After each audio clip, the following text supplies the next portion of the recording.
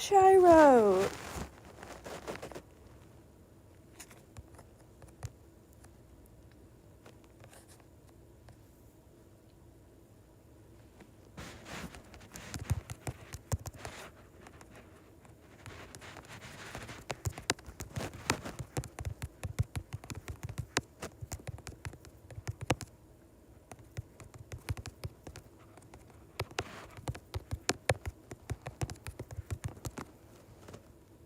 Okay, they don't care.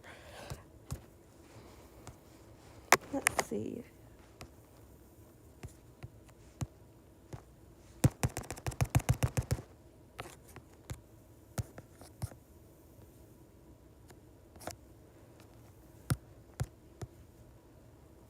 Okay, it says I'm live. So that's good, but I can't click on my own live stream. That's okay.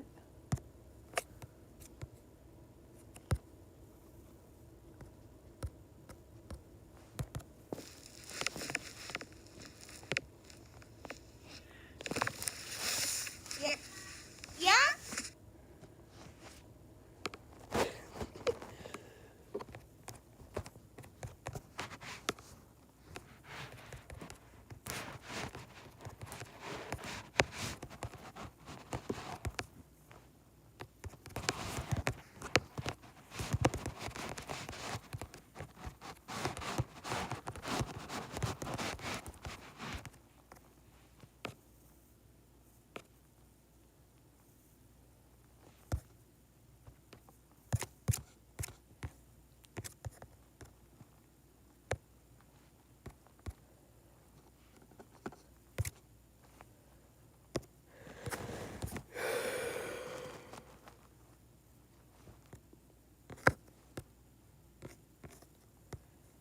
Oh yay, it actually made it normal.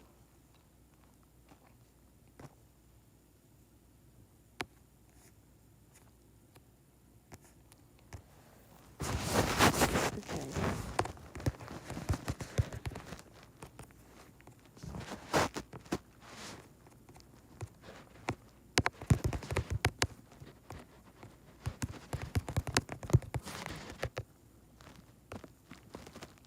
All right.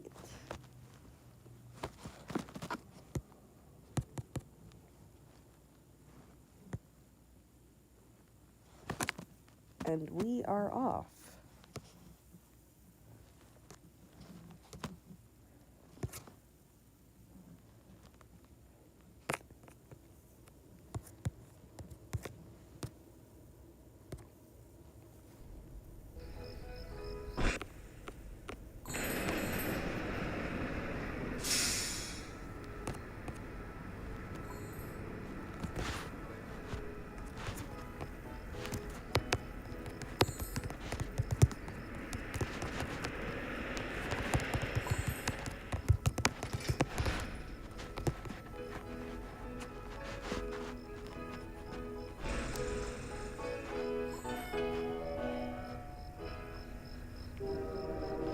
Pebble is not cheap.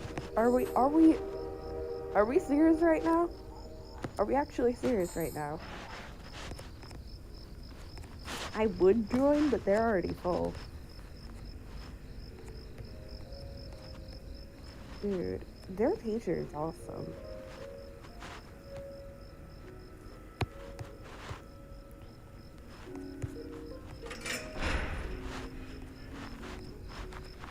Alright, that has to run.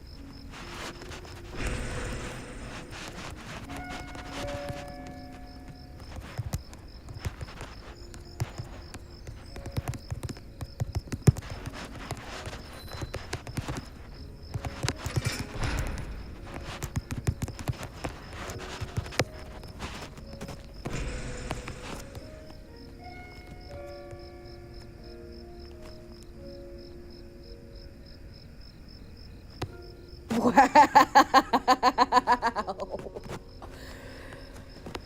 Oh gosh. I don't think anyone likes the color themed run.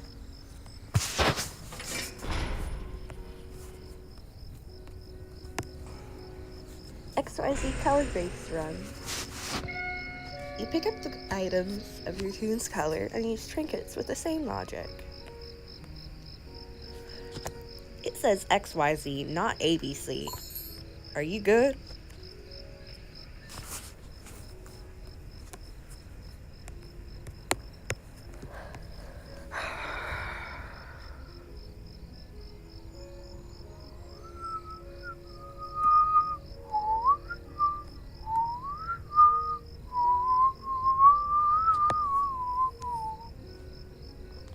I can't get the wolf in sheep's clothing song out of my head.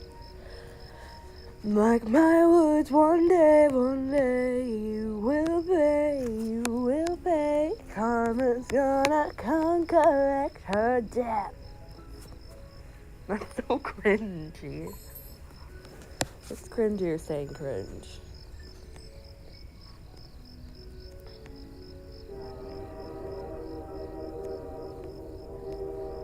What's with the awkwardness?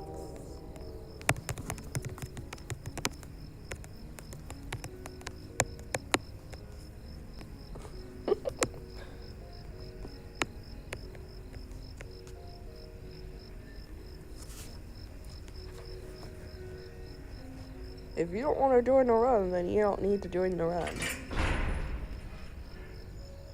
It's really easy to just not comment on it.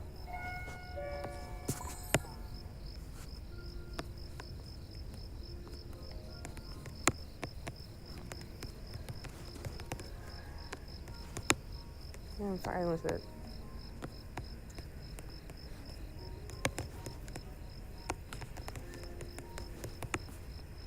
And yippee!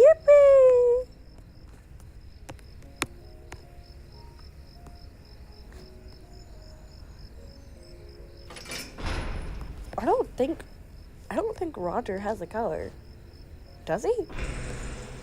Oh yeah, he's blue. And then Goob is gonna be able to choose red, yellow, or blue. He's just the main 3 primary colors.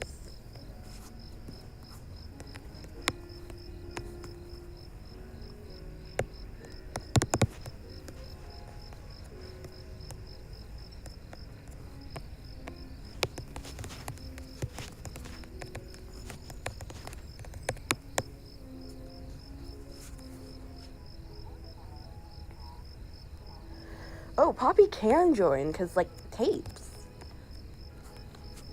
And Finn can join, too. He's either orange or blue.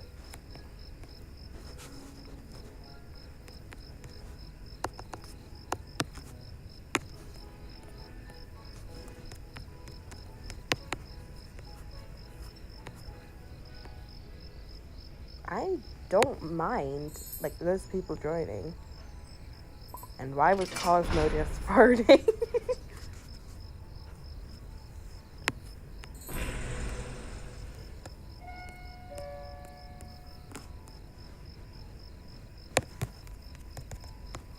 Let's go.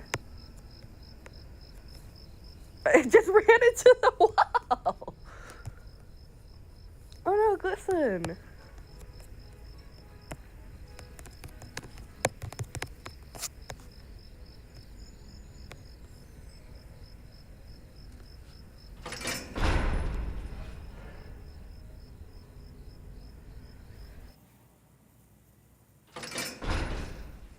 Poor guy.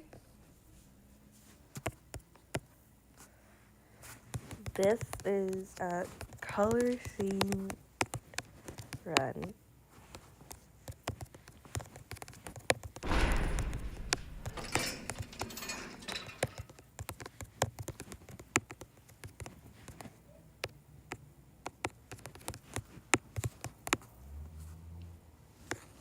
Like how I have Lucky Coin, Participation Award, for yellow. What the heck? What?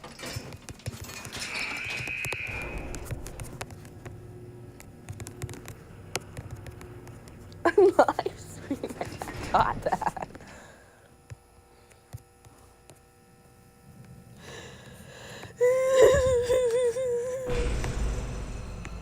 That's funny. Oh, what do I do?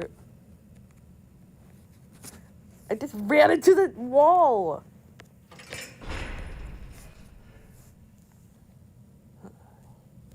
I can break the windows a little bit. There's a machine right there.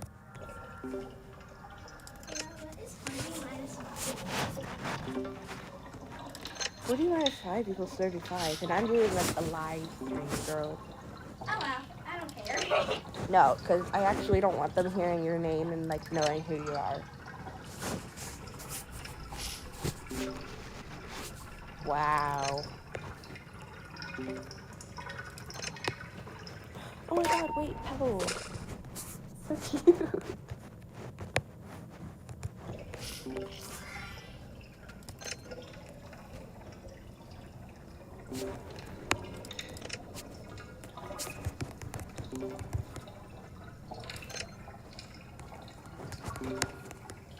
What the heck?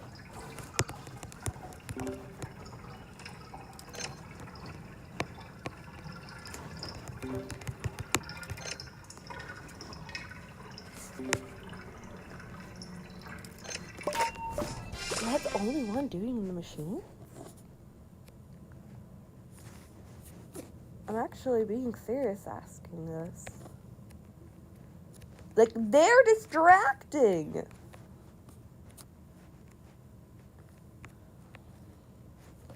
We got Razzle Dazzle distracting before GTA 5. That's cray cray.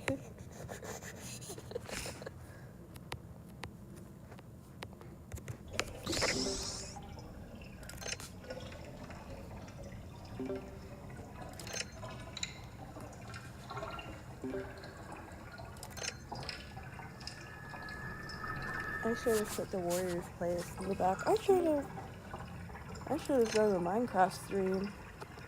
Like, honestly.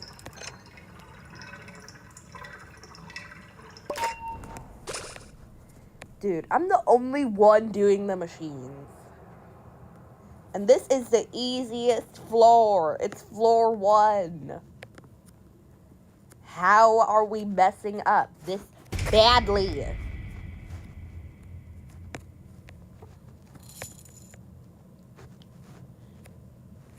It's a color-themed run.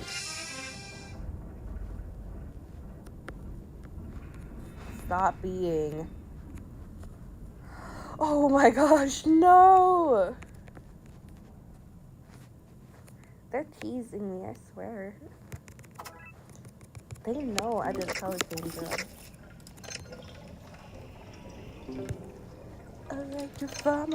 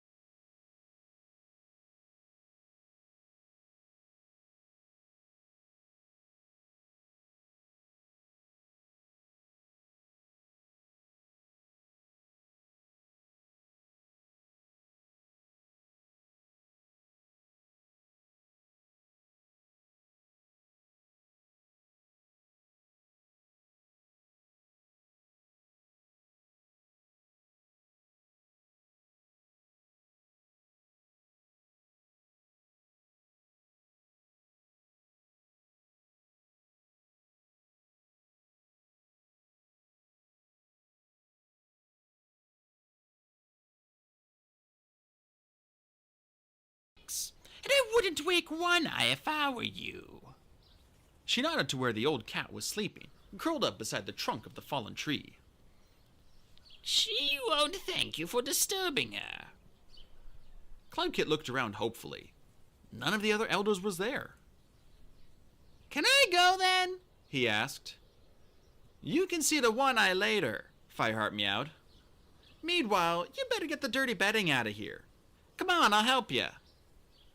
And make sure the new lot's dry, growled Small Ear.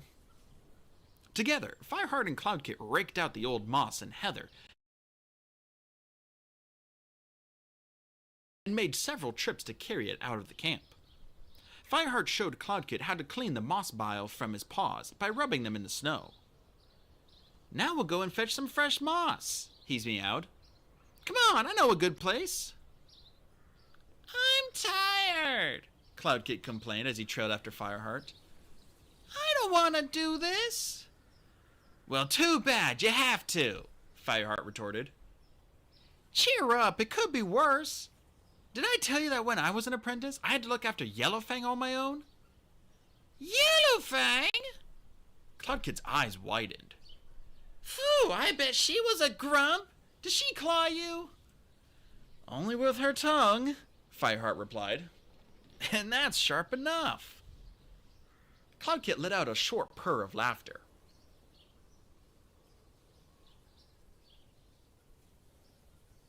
To Fireheart's relief, he stopped complaining, and when they came to the patch of deep moss, he did his share of digging it out of the snow, and copied Fireheart as he showed him how to shake the worst of the moisture off.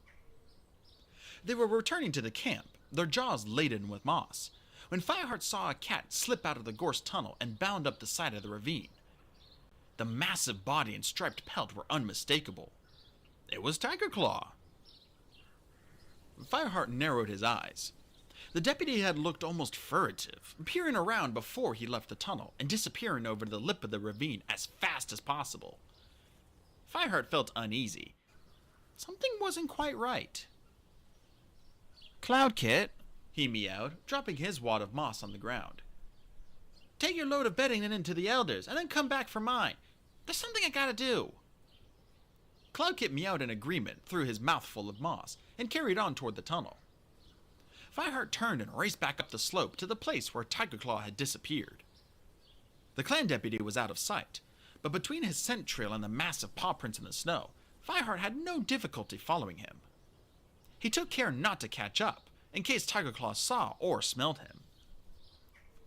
The trail led unwaveringly through tall pines, past Tree Cut Place. Fireheart realized with a jolt that Tiger Claw had to be heading for Two Leg Place. His heart lurched with fear. Was the deputy on his way to find Princess, Fireheart's sister? Maybe he was so angry with Cloudkit that he wanted to hurt the kid's mother. Fireheart had never told the clan exactly where Princess lived, but it wouldn't be impossible for Tiger Claw to pick up her scent from his knowledge of Cloudkit's. He kept low, careful to move silently. As the trail wound through a clump of gorse, movement in the corner of his eye caught his attention. It was a mouse, scuffling under one of the bushes. Fireheart did not want to stop and hunt, but this mouse was practically begging to be caught.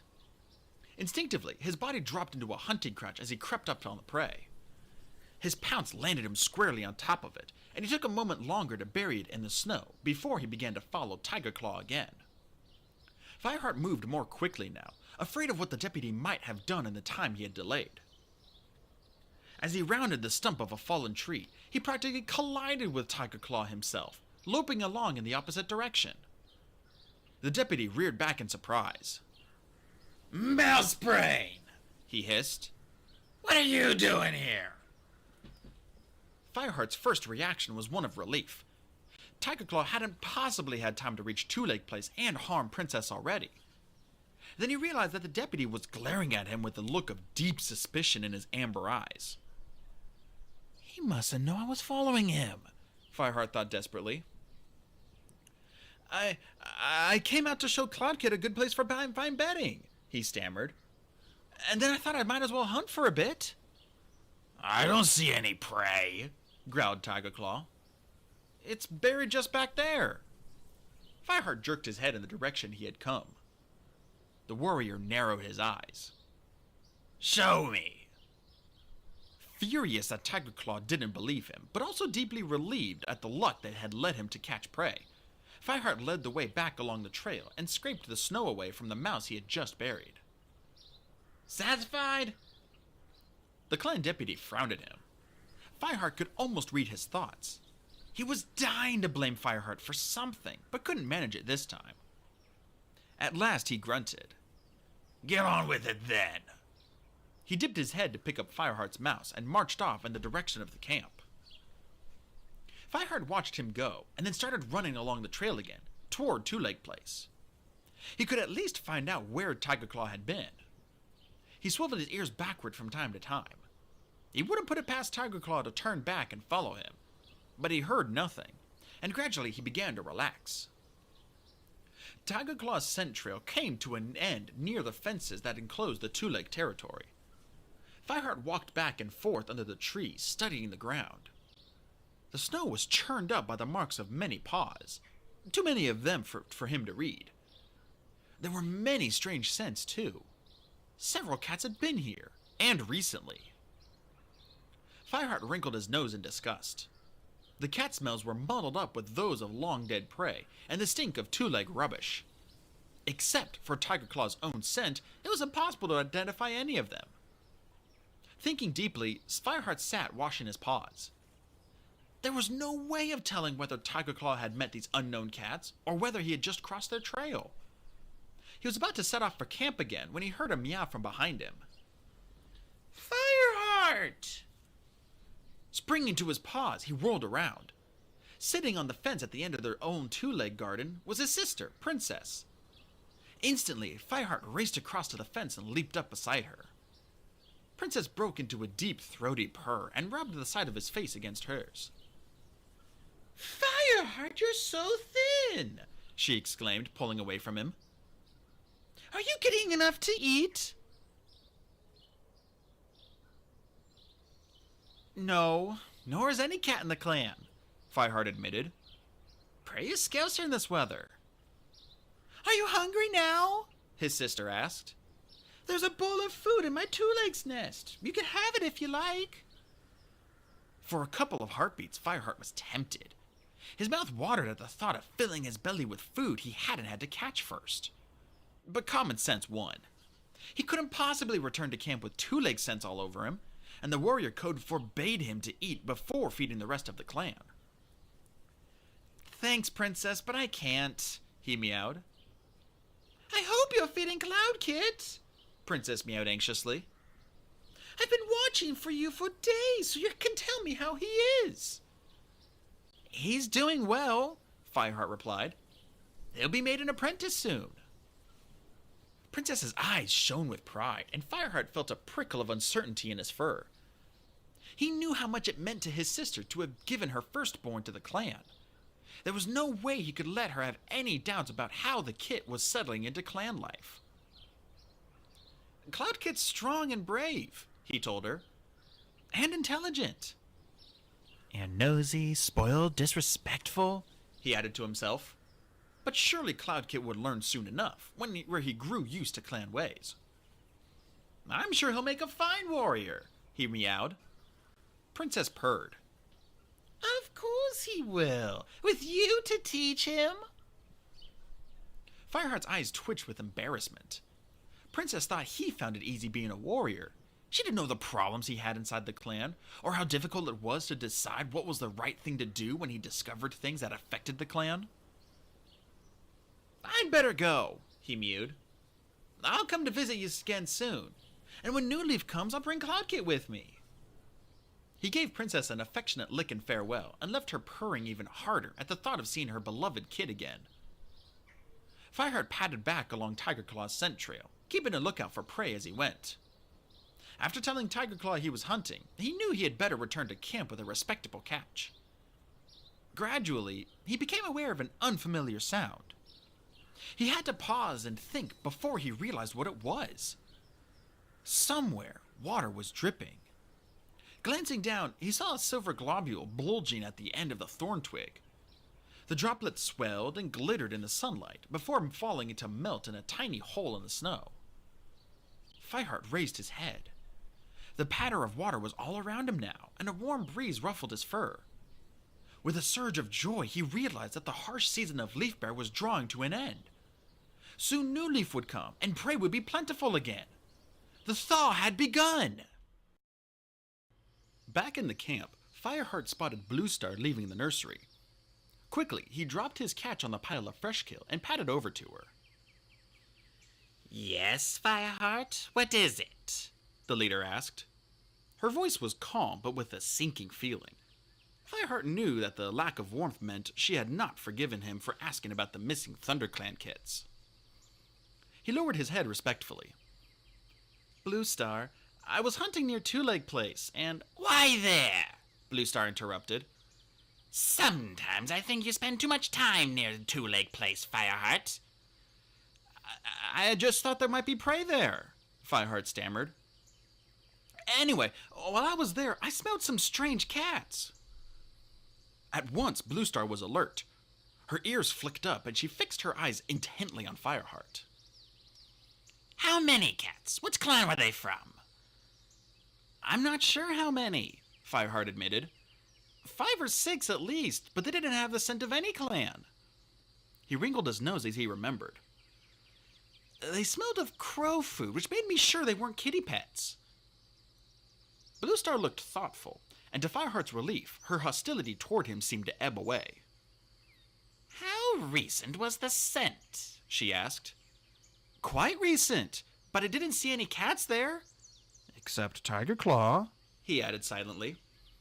But Fireheart decided not to tell Bluestar that part of the story. The leader was in no mood to listen to any more accusations against her deputy, and he had no evidence anyway that Tiger Claw had had anything to do with the unknown cats. Rogues from the Two Leg Place, perhaps? Bluestar guessed. Thank you, Fireheart. I'll tell the patrols to keep a lookout when they go that way. I don't suppose they're any threat to ThunderClan, but we can't be too careful. Fireheart padded toward the camp with a vole clamped firmly in his jaws. The sun shone from a brilliantly blue sky, and already, 2 days after his meeting with Princess, most of the snow was gone. Buds were swelling, and a mist of tiny green leaves was beginning to cover the trees. More important, prey was reappearing in the forest.